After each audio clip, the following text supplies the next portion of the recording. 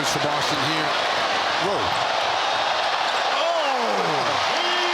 Whoa! Where'd that come from? Jayson Tatum is a bad man. Welcome to the Celtics postgame live presented by New England Ford Dealers and Ford Trucks. Eddie House, Amina Smith here with you. The Celtics beat the Nuggets 131-112. And Eddie, this Celtics team led by as much as 21 in this matchup, but it was a back and forth game. What did Boston put on display tonight? Well, their depth. You know, their ability to not only win with their starters, but also with their second unit. I think the second unit did a fantastic job of coming out there and handling their business and taking care of their job. What their job was is make sure you stay afloat or you go further. And that's exactly what they did. When they were out there, I thought they played extremely well together. And I think the only knock that I could say is that we had opportunities to really blow this out the water early on, and it shouldn't. And Gino could have came out. We could have watched Gino on the Jumbotron and all that. But those are the things that you're going to clean up, and you're learning as a team how to do it. Because you do have, look, a different starting lineup, different rotation now coming off the bench. And I just like what's going on right now. They're able to play together. And that's the one thing I do like the most about everything is that they're playing together and they're playing for each other. Well, you know the Celtics like to make it interesting out there on the court. Let's send it out to Abby Chin, who's with Al Horford after this win. Al, you guys get a fifth straight win. The defense clamped down in the fourth quarter. How were you able to get stops? Just really locked in. Since the start of the quarter, we wanted to set the tone. They had a really good third quarter, so we knew we had to come out and have a really good fourth, and we did on both ends. You mentioned both ends. You were perfect 3 for 3 from 3 in that fourth quarter. Timely shots. Career high 6 for you. What'd the rim look like? It's just a lot of work being put in, and the guys, looking for me, just setting me up, and I was taking what the defense was giving us. Grant Williams was solid in this one, but have you ever seen a free throw wedgie before? I'm sure I have. I mean, he's a great free throw shooter. But yeah, I'm sure I have. I can't think of it right now. That man does it all. What does this win show you about your depth as well? Peyton coming off the bench and the hustle from Luke Cornett as well. I just love the energy that we're playing with. Our guys off the bench are coming out ready to go, trying to send the message, set the tone, playing with a lot of pace, and we have a lot of depth. So that's a big part of our team.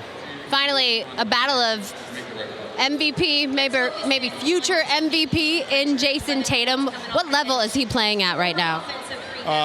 It's pretty impressive. JT takes new challenges, just continues to get better, continues to feel the game out, and he's playing at a really high level right now, just as good as anyone in the league. Al, thank you. Congratulations. Thanks. Scal joining us live from inside of TD Garden. And Scal, when both of these teams came into this matchup, they are pretty much identical on paper. Same record, same win streak, offensive and defensive rating pretty similar. Why were the Celtics, at least it felt like they were just so much better out there on the court? So you can look at numbers and points scored, total, all that. But one thing, and Jokic is phenomenal. Like, Jokic is one of my favorite players in the NBA. I'm not taking anything away from him. But when you got guys like Tatum and Brown that can go get you buckets, Jamal Murray is that guy for them. He's not back yet. So right when it's time in the fourth quarter to go to your guy to take it to another level, Tatum went there, Brown went there, and then everyone else benefited from that. Jokic does a great job of making people better, but Tatum has that ability to get into his bag. He can make people better. He can do it on the defensive end. His complete game is what the difference was for this game against the Nuggets. The Celtics were able to go and rely on their superstars for all aspects of the game. And let's talk about Jayson Tatum's night. 34 points, 8 rebounds, and also 5 assists. Eddie, what did you see out of the All-Star in this matchup against the Nuggets? Just continuing to play like an MVP, the best player in the world, trying to show everybody that is what he is. Not only does he do it on the offensive end, we know what he can bring on the offensive end. He also does it on the defensive end. But then offensively, what I've been loving about him this season is that he has not been settling. He is attacking, and he has been getting to the free throw line. And it's only one way to get to the free throw line. It's not by accident. It's about being aggressive. It's about taking your man to the basket, and you are forcing the issue every single time you got the ball in your hand. You're dictating what's going to happen. You're not allowing the defense to dictate to you. So, to me, that's what I've been seeing, and that's the difference from this year's Jayson Tatum and last year's Jayson Tatum so far.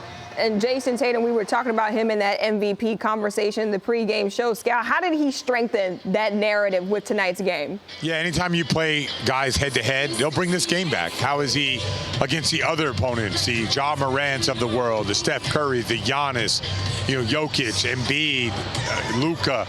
People are going to look at the matchup, and people are going to say, who played better against who? Who won that matchup today? Right now, Tatum. All these MVP matchups that he has been facing, he's won all of them. Yeah, Jalen Brown, he was hot in the first quarter. Jayson Tatum hot in the first half of this game. Eddie, how does it change things when not only Jalen Brown is hot coming out the first quarter, which we always talk about, but Jalen Brown and Jayson Tatum, how does that change things up for the Celtics?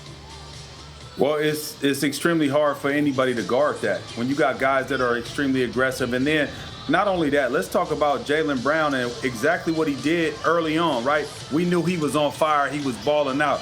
He finished with 8 assists tonight, which means that he was also able to help his teammates get involved as well. He wasn't just sitting back saying, you know what, I got it going and I'm going to put everybody on my shoulders and just watch out, it's about to be the Jalen Brown show. No, it still was the Jalen Brown and Jayson Tatum show, but Jalen Brown did everything else. 8 rebounds, 8 assists. So I think that's when I'm looking at players get better and develop into becoming stars and superstars, these are the things that they do. And tonight to understand that, you know what, I had it going on early.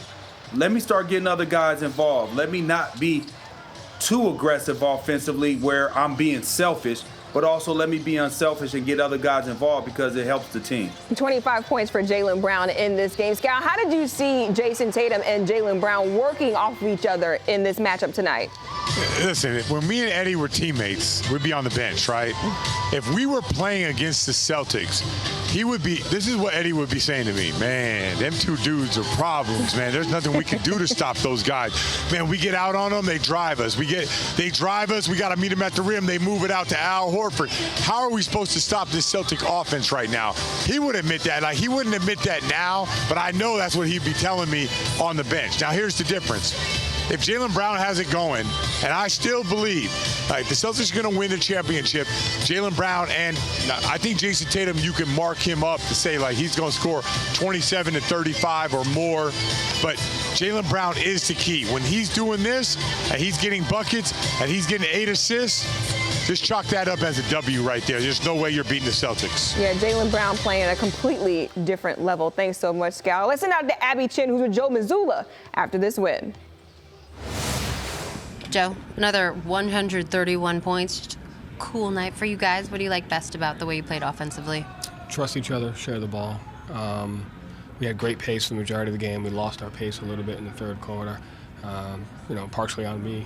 And our guys did a great job getting our pace back and making the right read for each other. It was the defense that made the difference in the end. What changed in the fourth quarter? I don't think it changed. I think we stayed the course. I think the game's connected. And so when we lose our pace on the offensive end and we have a couple turnovers or our shot selection, it affects our defense. And so I'm happy with our defense. I thought we had some great moments defensively, and our guys, executed the game plan well.